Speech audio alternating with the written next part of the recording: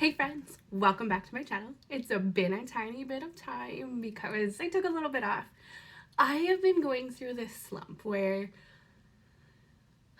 feeling numbers and feeling like I'm doing this for someone else instead of me, even though I started this because I loved it and all that jazz. But I miss talking books and I miss the social interaction. So I'm back, at least for now. I just go back and forth, and it's so hard not to get caught up in, I want to be a bigger YouTuber. I want to be monetized, da da da da da. And you forget that you love books and you want to talk books. And that's the biggest thing. So here I am. So today we are going to talk about our November wrap up. So I did super good in November. I read 20 books with a total of 6,945 pages. So way to go, me. It does help that the vast majority of them were audiobooks and middle grade. So let's first start with the Believe-a-thon. So I can put in some screenshots of my monthly spread at the end of this. But I did finish all of the prompts for the Believe-a-thon for I think there was 13. 1, 2, 3, 4, 5, 6, 7, 8, 9, 10, 11, 12, 13 prompts. I did read all middle grade for it except one. So let's go through it. So the first book I read was The Remarkables by Margaret Peterson Haddix. I was struggling with this one. It had such a cool premise where she moved into a house, she was walking in the woods and saw these people and then didn't really know if they were real or not, which was, it's such a neat idea. And then she meets this other boy that's pretty recluse himself, and he also can see these people. She's lonely, she doesn't know very many people. She had some huge fights with her friends right before she left to move to this new state. So there's a lot of struggles there, and it really focuses on those relationships and her growing and her brand new baby brother and her family. So I liked those aspects, but it was just like wah wah wah. So it was literally like the last few chapters when it all came together, and then I actually gave it 3 stars. So it definitely was a 2-star read for me majority of the way through, and then finally I got it back together. The next one is LaRue and The End of Time. I listened to this one on the audiobook. It was really a cute read. I had picked this one for the mother-daughter relationship for Gilmore Girls, and it definitely didn't have as much of that as I thought was going to happen. It was cool with the Indian culture and the different gods. I think I might have done better with it physically reading it because there was a lot of words and a lot of things that, like, there was a glossary in the back, I think. So not having that made it a little more difficult to fully grasp everything, but it was a cute story. She needs to save the world because she ended up rubbing a lamp that created a bad genie situation. The next one I read was The Unwanteds. This one was claimed to be the Hunger Games meets Harry Potter. I gave it 3 stars. It was an interesting concept. There was like kind of like a reaping situation where they take all these unwanted people and they're supposed to be disposed of in this lake and killed, but they're actually not. And they actually have these fun creative powers. So it was kind of like a world of very stringent people that followed the rules and didn't do anything cool. There was no art, there was no music. And then the Unwanteds actually had like a fully thrived culture, but also had magic. I know that there is quite a few more. 1, 2, 3, 4, 5, 6, 7, 8. There's 8 of them on the back of this book, but I enjoyed it. I gave it 3 stars, but I'm definitely not going to continue the series. The next one I read was Small Spaces by Catherine Arden. I really liked The Bear and the Nightingale, and so I thought this would be fun. I felt like it was a little bit more grown up of a Goosebumps book. And I had actually read a Goosebumps book about scarecrows like a week or 2 before this, so it was funny because they're very reminiscent.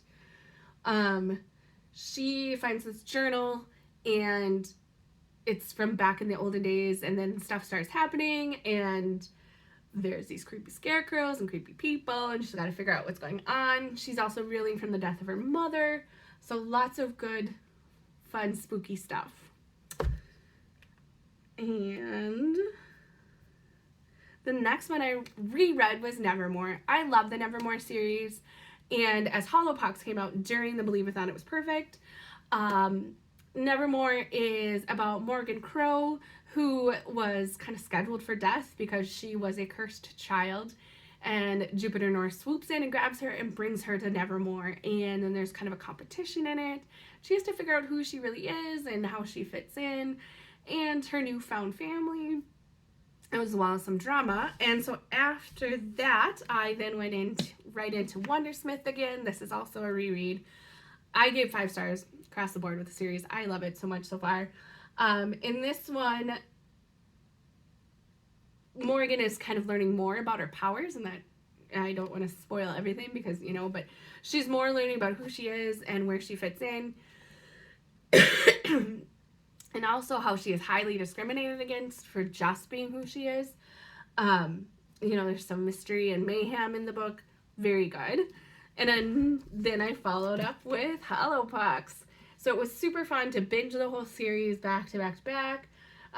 This one really reminded me of Zootopia, because there's these animals that are kind of going crazy, and, well, they're not animals. What are they called? Wondermals? The Wonderground. I think it's Wondermals. Yeah, Wondermals returning, like, kind of rabid and, like, killing or going crazy. And so they're trying to figure out what's going on with that, you know, as well as her normal schooling. And then, you know, the wonderful hotel is my favorite part of all the books. So super good. Really enjoyed the new one as well. And then I read The Ghost of Green Glass House, which was the second book in the Green Glass House series. I listened to this one. It was definitely the cozy mystery Christmas feels. Milo has, you know, characters from the last book come in, and I really like it. But the same thing that happened during the first book for me is when they start going through the mystery and putting all the pieces together, it seems to go so fast and get jumbled that I have a hard time with characters' names and, like, fitting everything together, because Milo kind of pretends to be another player or a game player during it, and I struggle with it. So I end up giving 3 stars to it. I wonder if I physically read it, if it would be easier for my brain to connect, but that's where I get, like, lost in it. The next one I read was The Mystery of Black House Lane. And this one, a girl is sent to a boarding school and gets these mysterious notes from her father, who is presumed dead. So she's trying to figure out what's going on, and then there's a secret society. Right up my alley. So I ended up literally going on Scribd and finding the second book in that series right away, which is The Secret of Whitestone Gate. And so that kind of wrapped things up a little bit more. You kept going with the secret society. Obviously, you figured out some more during the first book. So you go into the second book with the same characters, but more to the story and more to what the secret society is all about, and some more drama. So really enjoyed that series. The next one I read was The Uncommoners, which I have a copy of this. I have no idea where it is. It's probably sitting in my room. And this one was the monthly read for Middle Grade Monthly. It was fun. I really liked the aspect of, like, normal things having, like, magical powers. And it was, like, this underground London city. So essentially it starts off with their grandmother getting in an accident, but she had also gotten in an accident years ago and forgot who she was. And they kind of get wrapped up in some mystery that had involved their grandmother that they really weren't sure on. And that leads them to this underground and meeting these crazy new characters and trying to figure out who they are, as well as save their grandparents and their parents. So very fun. I think I'll probably continue with the series to see where it goes, because it was good. And I really like Jennifer Bell.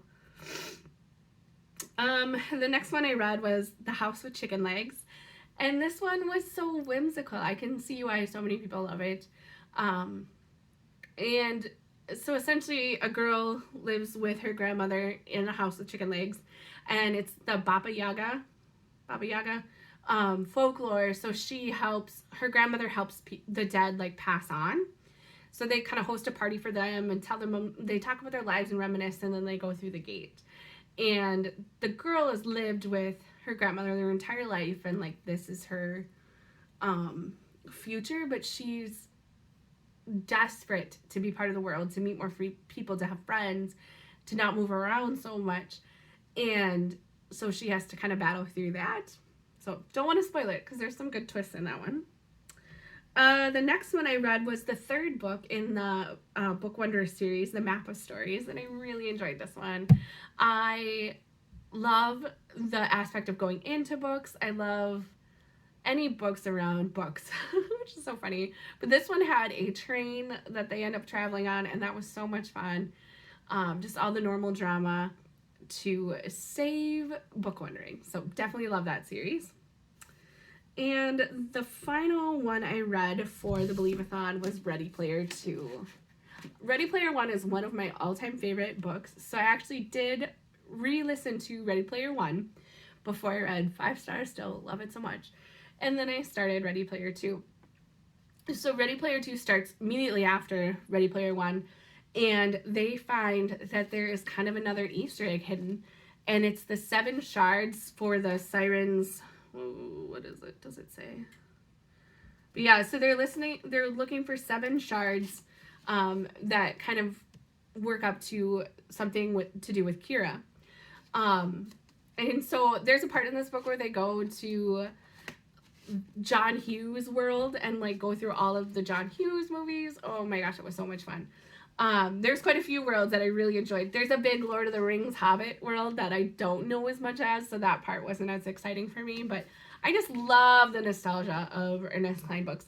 It definitely wasn't as amazing to me as Ready Player 1, but I think that like it's a hard level to hit, but I still gave it 4 stars and really enjoyed it.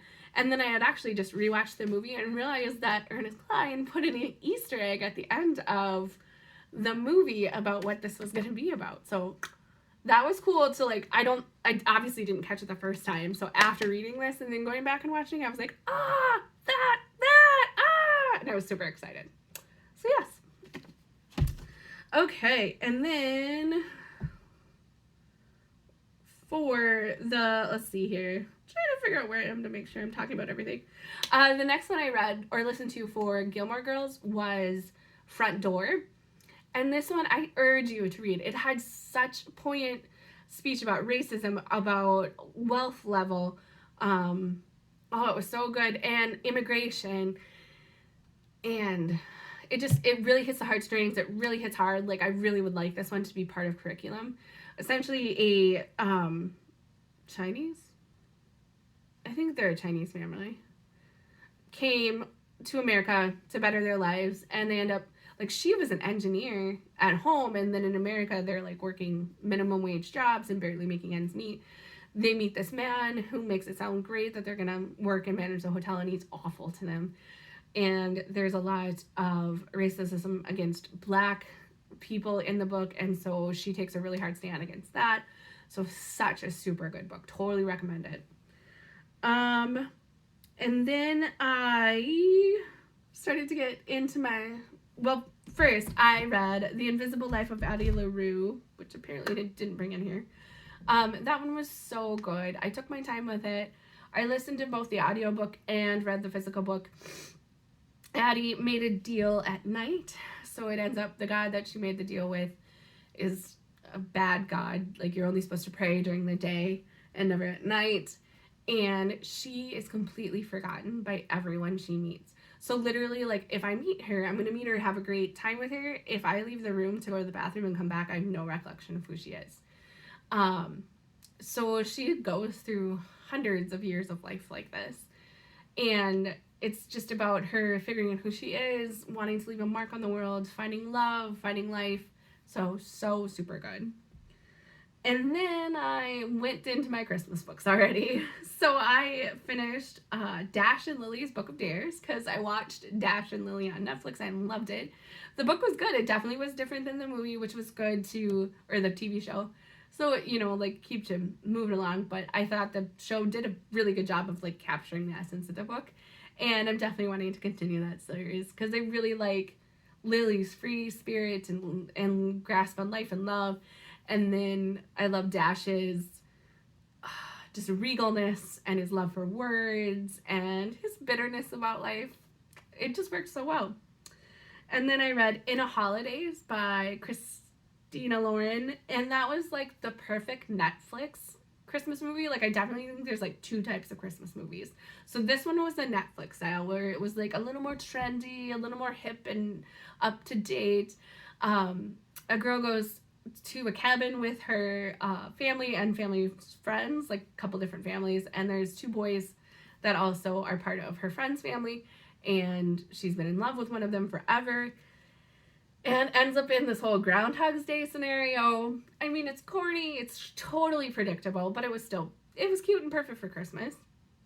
And then the last one I read was Wrapped in Christmas Joy. This was an arc I got of Netflix, and this was the Hallmark Christmas movie style. So essentially there's a soldier that has some really bad PTSD, and is just trying to, like, be part of normal life and doesn't think he deserves love or relationships because of choices he made during war. And then there is the perky, bubbly quilt store owner in the small town, and they like each other, but he doesn't think that she, you know, that he's good enough for her, and vice versa. So very cute, very like Stars Hollow vibes for the town. So really enjoyed that one too. So those are all 20 books I read this month. That was a load. But I'm super excited for December and all the Christmassy vibes there. I would love to know how your Novembers went and what you're excited for in December. So please stick around and subscribe, become part of the Priory. Remember to always be kinder than necessary, and I'll see you in the next video.